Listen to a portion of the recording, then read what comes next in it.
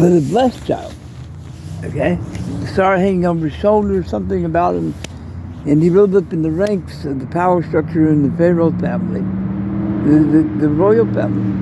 Whatever town it was, because the Hebrew tribes were being used to build the pyramid. They were being worked day and night to actually move the blocks of the pyramid. That's what the Hebrew captivity was about at that time, to build the pyramid, because they would work you to death. And so Moses was a blessed child, an unwanted child, but blessed. And when he rises up, gets educated in the finest schools at the time, in the engineering skill, they realize that he is an interracial child.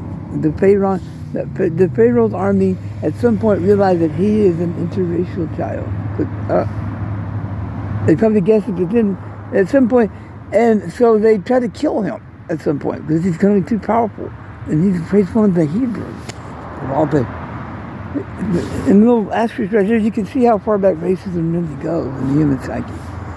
So they try to kill him. They try to assassinate Moses, and he gets the quick jump on them. He kills an Egyptian soldier. And he's wanted for murder for that. Moses was wanted for murder. And so he knows he's got to get out of there.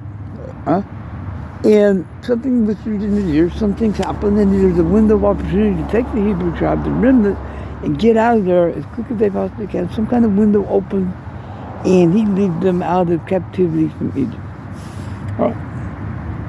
And the Red Sea parts, so that the soldiers chase him down. But see, he's wanted for murder at this time. Killing an Egyptian soldier. They tried to kill him first. And so he leads them out of captivity into Canaan. It's done over 40 days, 40 nights, 40 years, whatever the number is. Except it's a blessing. Leads them out of captivity, as being worked to death in slave camps.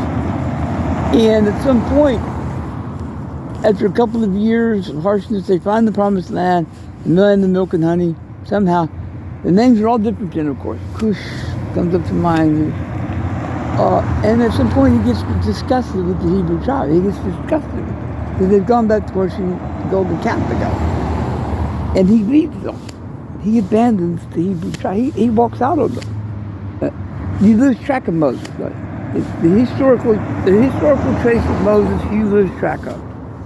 And biblical scripture, you can't find really what happened to him. Because he walks out on them. Because they start worshiping the golden calf again.